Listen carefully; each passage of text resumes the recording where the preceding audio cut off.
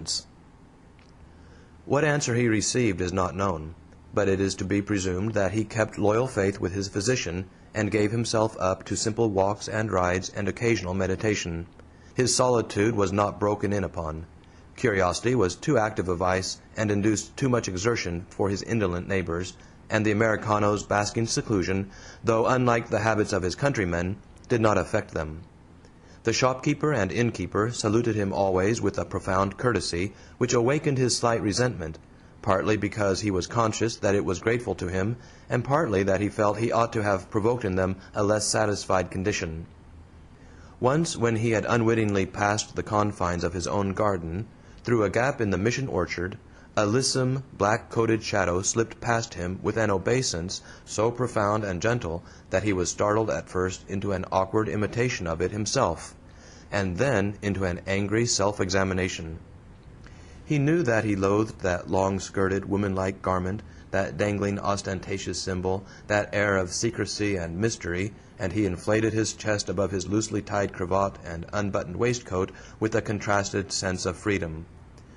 But he was conscious the next day of weakly avoiding a recurrence of this meeting, and in his self-examination put it down to his self-disciplined observance of his doctor's orders.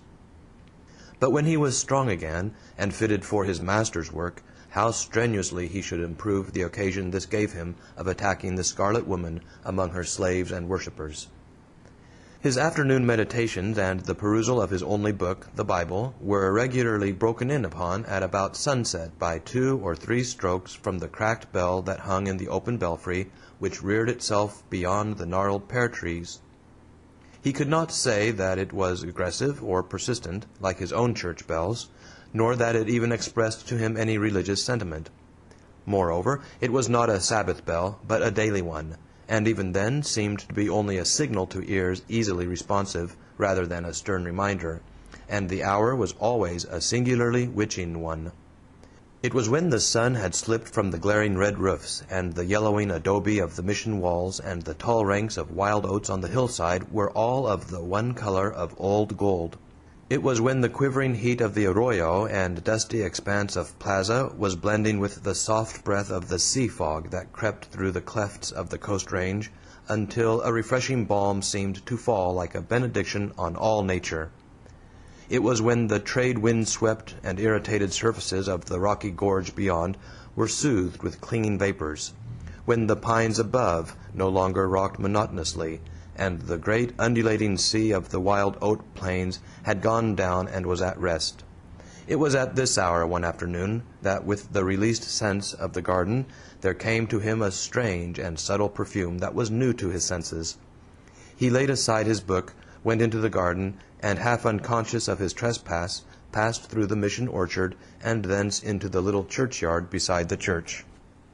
Looking at the strange inscriptions in an unfamiliar tongue, he was singularly touched with the few cheap memorials lying upon the graves, like childish toys, and for the moment overlooked the papistic emblems that accompanied them. It struck him vaguely that death, the common leveler, had made even the symbols of a faith eternal inferior to those simple records of undying memory and affection, and he was for a moment startled into doubt. He walked to the door of the church. To his surprise, it was open. Standing upon the threshold, he glanced inside, and stood for a moment utterly bewildered. In a man of refined taste and education, that bizarre and highly colored interior would have only provoked a smile or shrug. To Stephen Masterton's highly emotional nature, but artistic inexperience, strangely enough, it was profoundly impressive. The heavily timbered, roughly hewn roof, barred with alternate bands of blue and Indian red, the crimson hangings, the gold and black draperies, affected this religious backwoodsman exactly as they were designed to affect the heathen and acolytes for whose conversion the temple had been reared. He could scarcely take his eyes from the tinsel-crowned Mother of Heaven, resplendent in white and gold and glittering with jewels. The radiant shield before the host, illuminated by tall spectral candles in the mysterious obscurity of the altar, dazzled him like the rayed disk of the setting sun. A gentle murmur, as of the distant sea, came from the altar. In his naive bewilderment he had not seen the few kneeling figures in the shadow of column and aisle. It was not until a man whom he recognized as a muleteer he had seen that afternoon gambling and drinking in the fonda, slipped by him like a shadow and sank upon his knees in the center of the aisle, that he realized the overpowering truth. He, Stephen Masterton, was looking upon some rite of popish idolatry. He was turning quickly away when the keeper of the tienda, a man of sloth and sin, gently approached him from the shadow of a column with a mute gesture which he took to be one of invitation. A fierce protest of scorn and indignation swelled to his throat, but died upon his lips. Yet he had strength enough to erect his gaunt, emaciated figure, throwing out his long arms and extended palms in the attitude of defiant exorcism, and then rush swiftly from the church. As he did so, he thought he saw a faint smile cross the shopkeeper's face, and a whispered exchange of words with a neighboring worshipper of more exalted appearance came to his ears, but it was not intelligible to his comprehension. The next day he wrote to his doctor in that quaint grandiloquence of written speech with which the half-educated man balances the slips of his colloquial phrasing. "Do not let the purgation of my flesh be unduly protracted. What with the sloth and idolatries of Baal and Ashtaroth, which I see daily around me, I feel that without a protest not only the flesh but the spirit is mortified. But my bodily strength is mercifully returning, and I found myself yesterday able to take a long ride at that hour which they here keep sacred for an idolatrous rite under the beautiful name of the Angelus. Thus do they bear false witness to him. Can you tell me the meaning of the Spanish words Don Quixoter? I am ignorant of these sensuous southern languages, and am aware that this is not the correct spelling, but I have striven to give the phonetic equivalent. It was used, I am inclined to think, in reference to myself, by an idolater. P.S. You need not trouble yourself. I have just ascertained that the words in question were simply the title of an idle novel, and of course could not possibly refer to me. Howbeit, it was as Don Quixote, that is, the common Spaniard's conception of the Knight of La Mancha, merely the simple fanatic and madman, that Mr. Stephen Masterton ever after rode all unconsciously through the streets of the Mission, amid the half-pitying, half-smiling glances of the people. In spite of his meditations, his single volume, and his habit of retiring early, he found his evenings were growing lonely and tedious. He missed the prayer-meeting and, above all, the hymns. He had a fine baritone voice, sympathetic, as may be imagined, but not cultivated.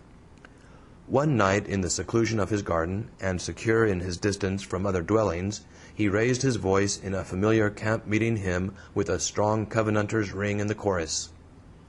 Growing bolder as he went on, he at last filled the quiet night with the strenuous sweep of his chant.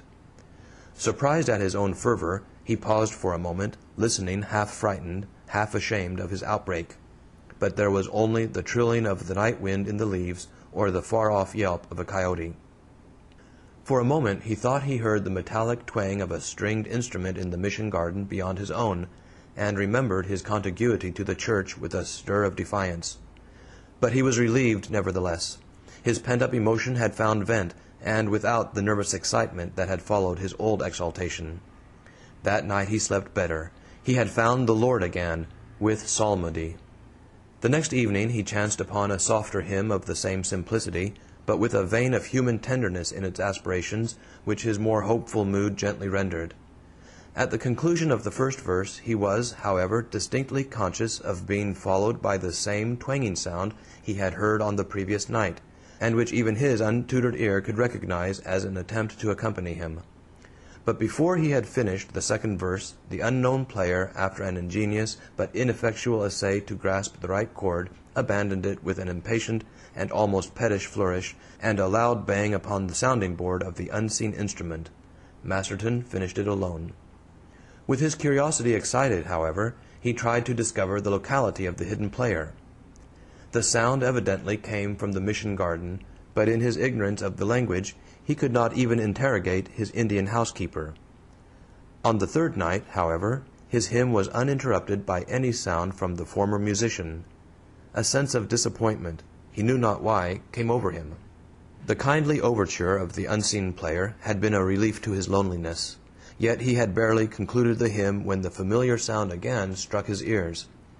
But this time the musician played boldly, confidently, and with a singular skill on the instrument. The brilliant prelude over, to his entire surprise and some confusion, a soprano voice, high, childish, but infinitely quaint and fascinating, was